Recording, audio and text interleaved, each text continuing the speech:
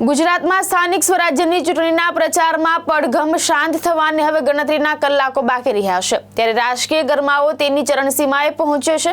ચૂંટણી પ્રચારના અંતિમ તબક્કામાં મુખ્યમંત્રી ભૂપેન્દ્ર પટેલે સુરતની મુલાકાત લીધી હતી અને વરાછા વિસ્તારમાં ભવ્ય રેલી યોજી હતી।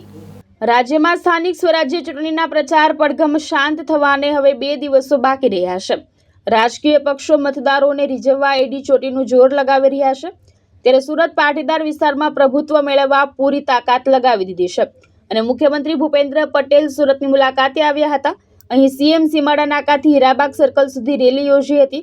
આ હાઈ પ્રોફાઇલ પ્રચારને પગલે શહેરમાં સુરક્ષાનો લોખંડી બંદોબસ્ત ગોઠવી દેવાયો હતો।